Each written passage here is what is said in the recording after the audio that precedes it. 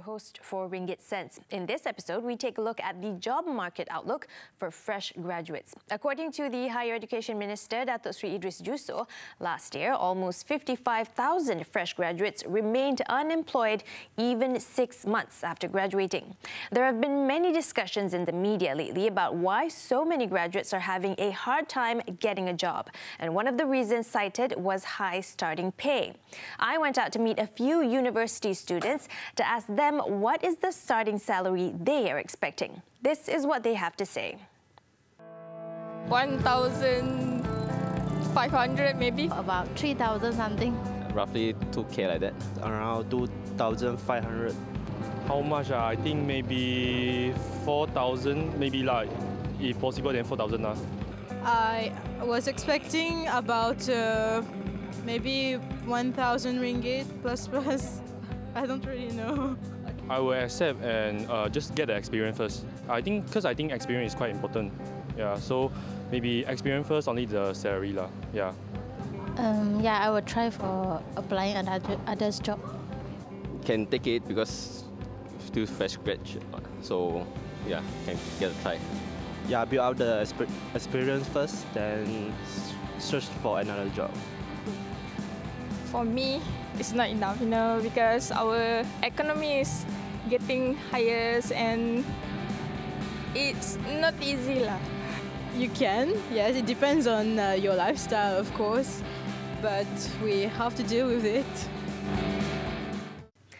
Well, JobStreet Malaysia, an online employment company, conducted a survey in March to find out some facts on fresh graduates and the job market. In our studio today is Cho Yuk Ying, the country manager for JobStreet Malaysia, to share with us their findings. Hi there. Hi. Thank you so much for joining us on Ringgit Sense, talking about fresh graduates and the job outlook. Okay, so first things first, when graduates finish studying, they're going to enter the job market, they're open to new possibilities, and the first thing that they're looking for is salary. So we asked college students what salary they're expecting, and some answered 1,000, 2,000, quite realistic, but some are going for 4,000, 5,000 ringgit. So what do you have to say about that? Yeah, so from our survey that we did recently, we also see an expectation gap. So in terms of the candidates, meaning the fresh graduates themselves, they about 75% of them are expecting over 2,400 of starting salary, and of that 75%, half of them are expecting 3,000 and above.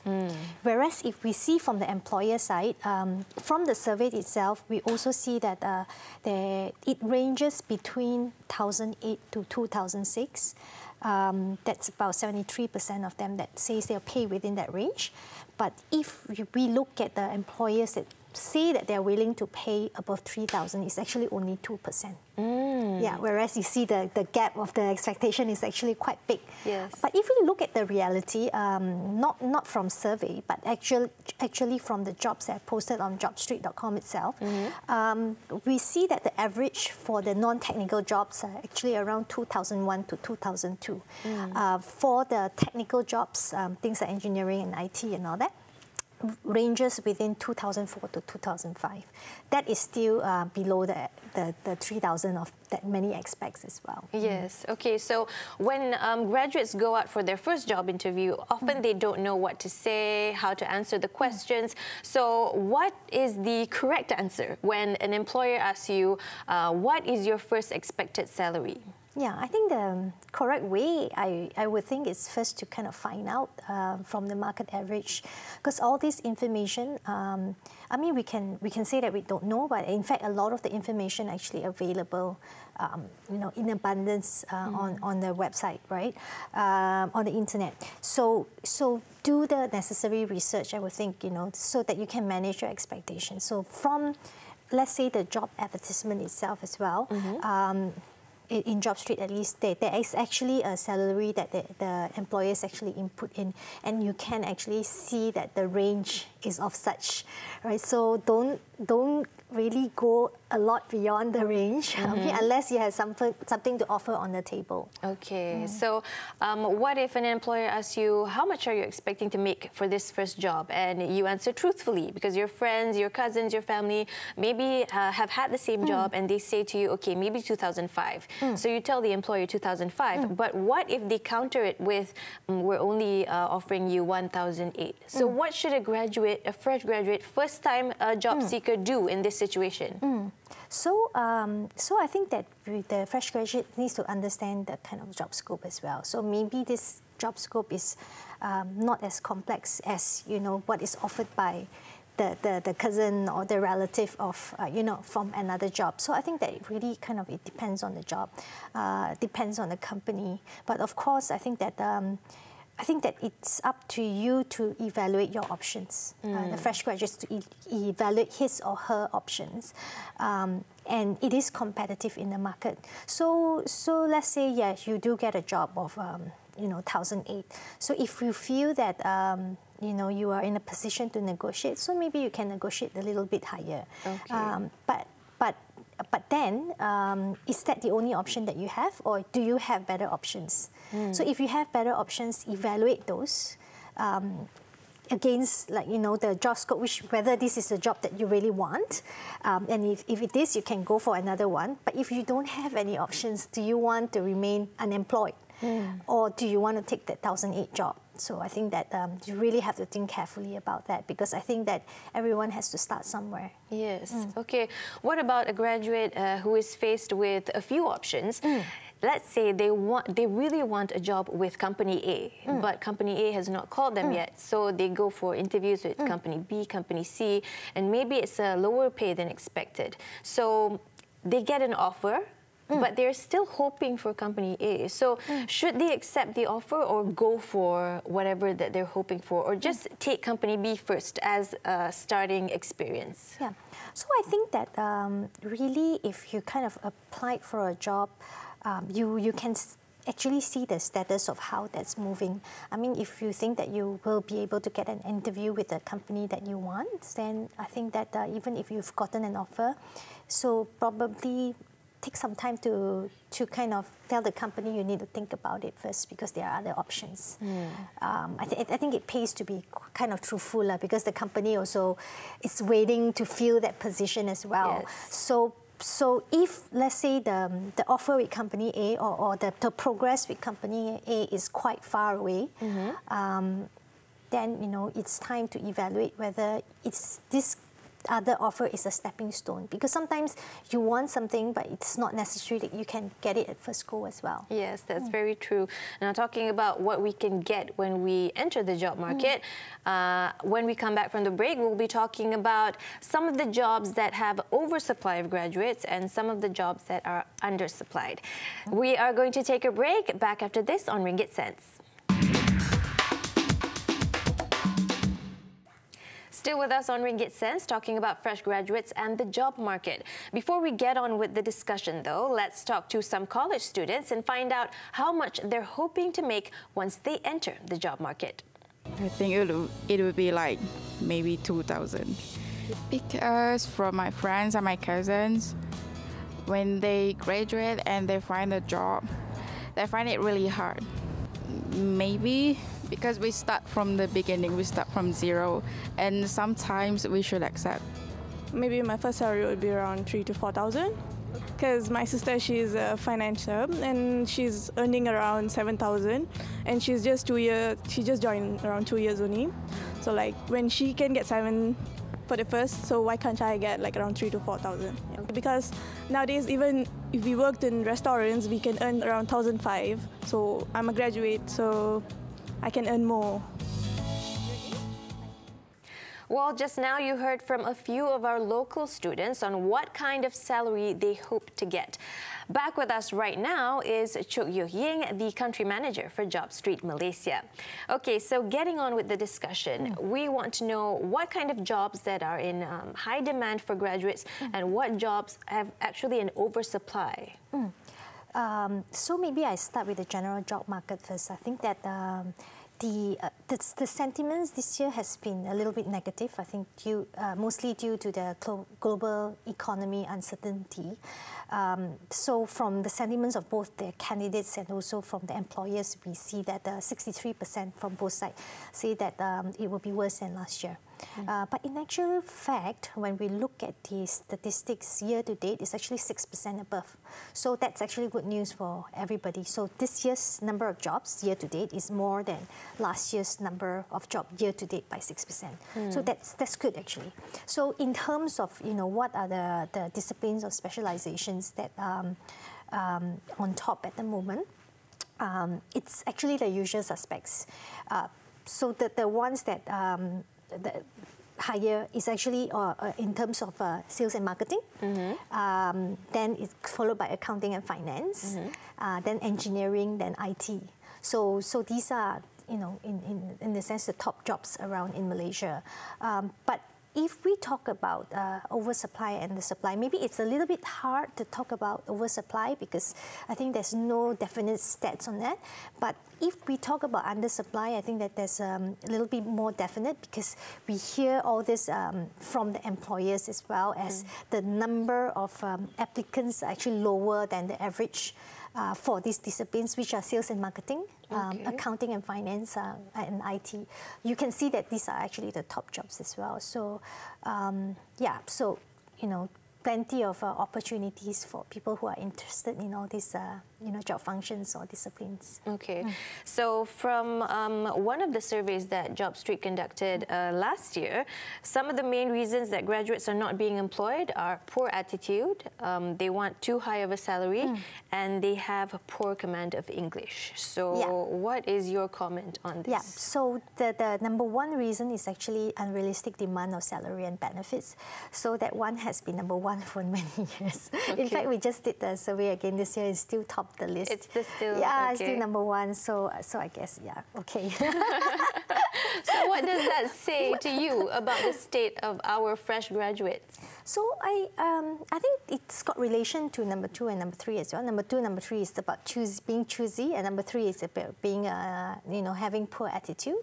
So I guess I think that's the perception that the employers have towards a lot of the young people. So I think that, hey, let's do something about it, because I think a lot of the time, as I mentioned just now, a lot of this information are actually available online. So I think why be unrealistic when you have information and your tips? Why do you think they are like that? Where are they getting this information? Why are they unrealistic about how much they're hoping to make, and why are they choosy about the jobs? Yeah, so one of the reasons is that the cost of living as perceived by the fresh graduate is actually quite high.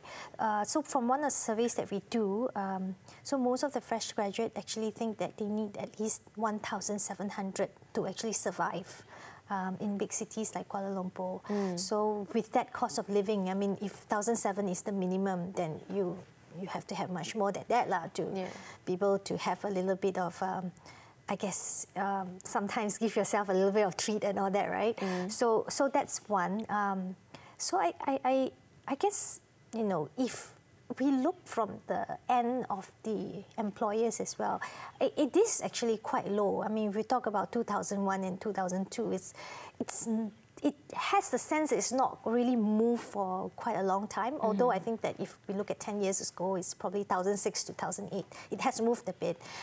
So I think that we need to look from that perspective as well to see how we can create higher value jobs for our people to be able to kind of move the salary level, because otherwise, if it stays within this level, there's always will be this expectation gap. I think both sides has to do a little bit better. Keep up with the cost of living as well. Yeah, that's right. Okay, so when we come back, we'll be talking about some priorities of the fresh graduates. Don't go anywhere. Right after this on Ringgit Sense.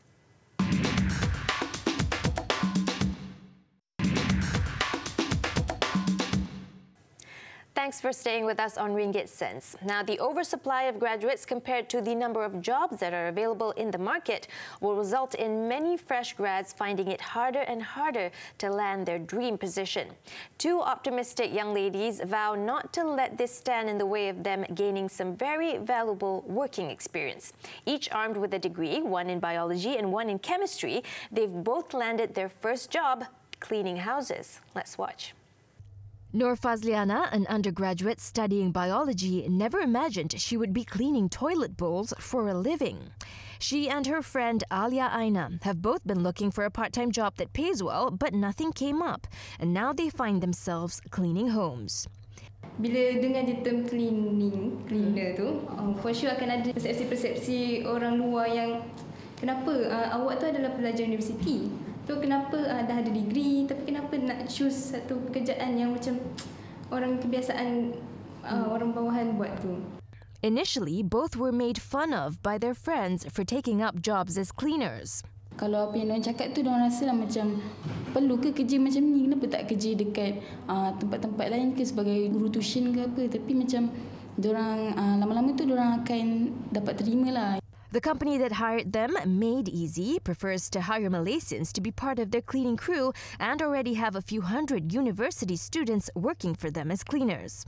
I think cleaning is something that a lot of people can do, and it doesn't require very much high skill. So anyone can do, and through our technology, they can earn a respectable income doing it. Well, if you're doing it like 3 full days a week, 3.5 full days a week, to about 6 days a week, you can earn between 2,500 to over 3,000 ringgit a month. So that's quite a livable age for those living in the KL. As for Fazliana and Alia, both earn about 800 ringgit a month cleaning part-time and are glad for the side income they're getting. Tak semua yang nak jadi cleaner tu kan, tapi dia clean, bagi saya cleaner yang bertaraf lah juga sebab kita orang ada training sendiri. So macam bagi saya persepsi saya berubah lah. As a student tu, bila fresh grade tu tak ada kerja ke, sebenarnya ada je. Cuma kita yang kena usaha. Cleaning homes has been an eye-opener for these two students in humility, as they think there are jobs out there available if one is willing to work hard and get their hands dirty. Still with us in the studio is Chok Yok Ying, the country manager for Job Street Malaysia. Now, we're talking about the job outlook for fresh graduates. Now, what is the #1 priority of fresh graduates who are entering the job market for the first time? Is it money? Is it their dream position, something they've always dreamt of doing? So the majority, of course, money is one of them, but it's not the #1 reason actually. The #1 reason is actually career opportunities. So I think that that's good because you look further than just what is on the table, right? So #2 is actually benefits and incentives. #3 is salary. Then after that is followed by working environment as well as company reputation. Okay, so in terms of the employers then, what do you find are the biggest complaints from employers for first-time job seekers? So, as mentioned, it's got to do with some of the reasons of the unemployment. So the unrealistic part is one of them, and of course being choosy and the attitude portion, and actually followed by communications. So I think a lot of the time it is the soft skills portion.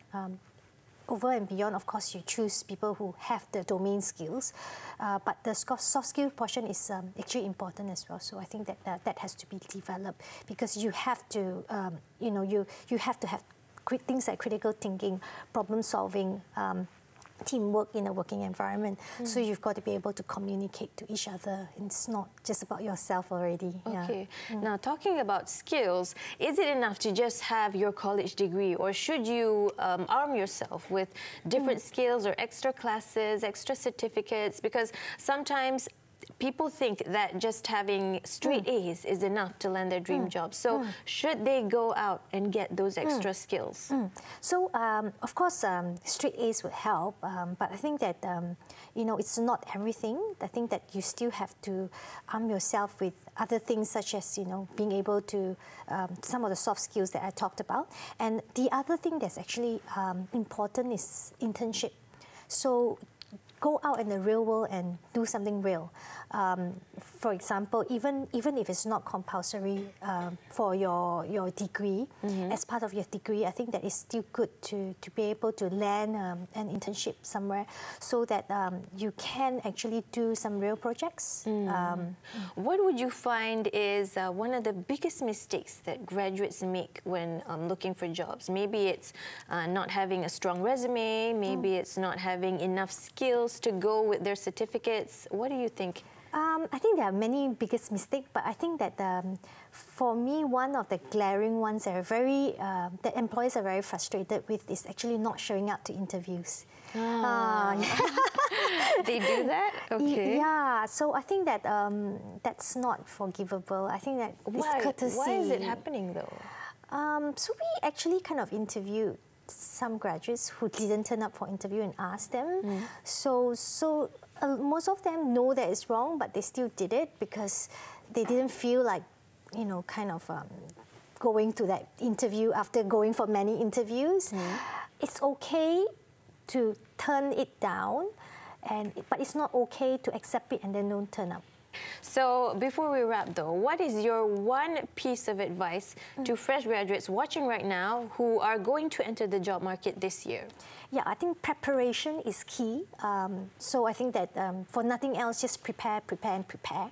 So preparation means that you do a lot of research on the job that you want. I mean, information is abundance out there. Then when you are ready to apply for your job, of course, prepare for your CV, prepare for your interview, maybe just kind of roll back before that. If you can, during your university years, do internships. I think that will help to differentiate yourself, you know, from others, because it shows that, you know, you are actually a go-getter, that, you know, to do a bit more and keen to kind of be attuned to the real environment out there. And you'll have experience and you know the working world better. Yeah. Okay, thank you so much then, Chuk Yu Ying, Country Manager for Job Street Malaysia, for all the tips that you've shared today. Thank you so much for sharing with us on Ringgit Sense. Thanks for having me. Thank you so much.